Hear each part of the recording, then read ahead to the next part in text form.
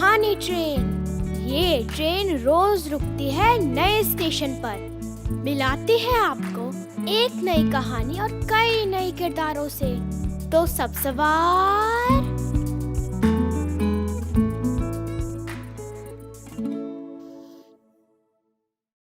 आज की कहानी है चांदा। इसे पेश किया है प्रथम ने और आवाज दी है निदा इकबाल ने। आप सब कहानी को ध्यान से सुनिएगा, क्योंकि इस कहानी के बारे में हम बातचीत भी करेंगे और गणित के मजेदार खेल भी खेलेंगे। तो आइए सुनते हैं कहानी चांदा। राघव और कबीर के हाथ में चौक थी। दोनों ने कमरे के चारों कोनों को बांट रखा था। 2 कोनों पर राघव का कब्जा था और 2 कोनों पर कबीर का। वो अपने अपने कोनों के आसपास जमीन पर अलग अलग आकृतियां बना रहे थे और चौक से लकीरें खींच रहे थे। अचानक राघव ने कहा, माँ, मुझे चांदा चाहिए।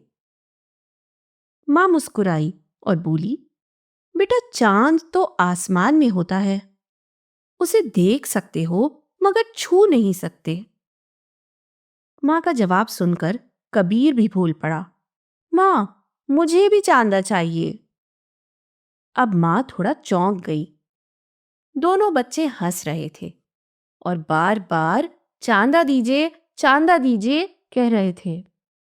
उन्हें कुछ गड़बड़ लगी। माँ उनके पास आकर बोली, बेटा, चांद का क्या करोगे? तुम तो चौक से लकीरें खींच रहे हो और चांद मांग रहे हो। राघव ने झट से जवाब दिया, मम्मी, आज कक्षा में हमने चांदा से कोण को मापना सीखा था। अभी हमने जमीन पर अलग अलग कोण बनाए हैं और अब हम उन्हें चांदा से माप कर देखना चाहते हैं।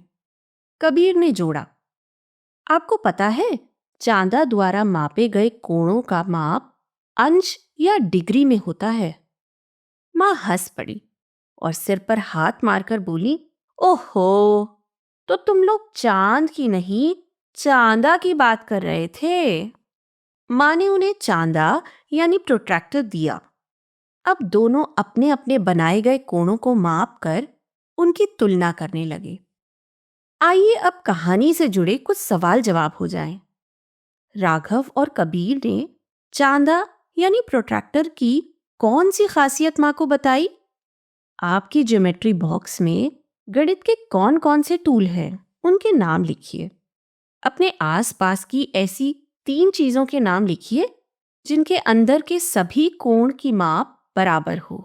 किसी चांदा यानी प्रोट्रैक्टर की मदद से 45 अंश और 90 अंश का कोण बनाइए। कल फिर मुलाकात होगी गणित की एक और मजेदार कहानी के साथ।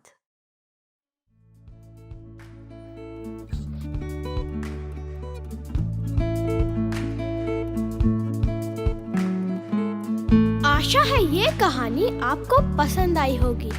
ये कहानी आपके लिए लाए रेखता, नई धारा और प्रथम।